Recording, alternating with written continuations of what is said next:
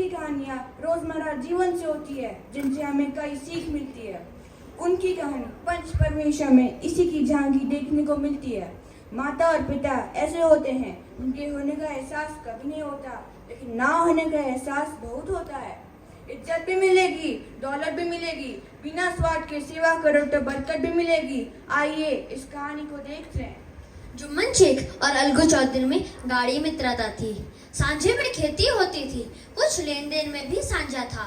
जुम्मन जब हज करने जाते थे तो अपना घर अलगू को सौंप देते, और जब अलगू कभी कहीं बाहर जाते तो अपना घर जुम्मन पर छोड़ देते।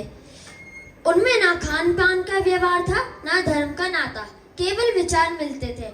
मित्रता का मूल मंत्र भी यही है।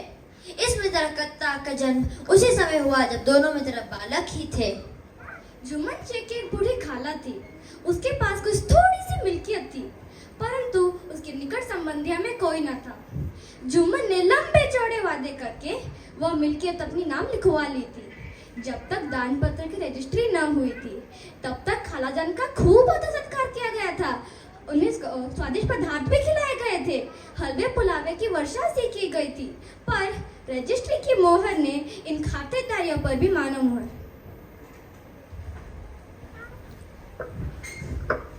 ये लो रोटियां। सूखी रोटी खाया नहीं जाता। तुम्हारे लिए क्या हलवा पूरी बनाऊं? एक तो मुफ्त की रोटी तोड़ती हो, ऊपर से नवाबों जैसे ठाट। इतनी कड़वी बातें तो मत बोलो। तो क्या, किसने सोचा था इतने दिन खातिर करना पड़ेगा, जाने की निकलती ही नहीं। बेटा जुम्मन, तुम्हारे साथ मेरा निर्वाह नहीं होगा। मुझे खर्चा पाने के लिए कुछ दे दिया करो। करीमन की कड़वी बातें हजम नहीं होती। पैसे क्या पेट पर लगते हैं? मैं पंचायत बुलाऊंगी, वही फैसला होगा। जाओ, जो करना है कर लो, मेरी जान छोड़ो। जीत किसकी होगी, इस बात का संदेह जुम्मन को न था। एक दिन संध्या के समय एक पेड़ के नीचे पंचायत बैठी। बोलो खाला, तुम्हें क्या तकलीफ है? ये पंचायत क्यों बुलाई है? जुम्मन ने रोटी कपड़े देने का वादा कर वसीयत अपने नाम करवा ली, परंतु अब दिन रात का रोना मुझसे सहा नहीं जाता। मुझे पेट भर रोटी नहीं मिलती, न तन को कपड़े। बेवा विधवा हूँ, आप जो राह निकाले उसी पर चलो।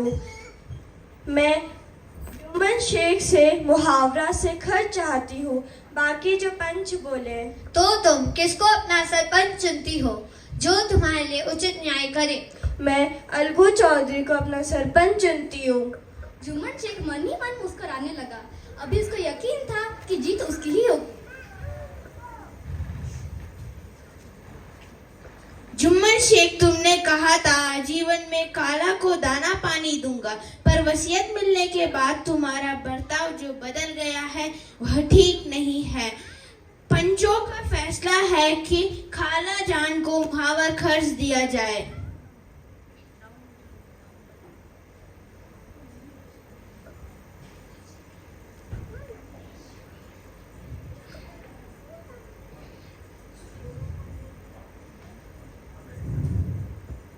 जुम्मन शेख को इसकी उम्मीद न थी।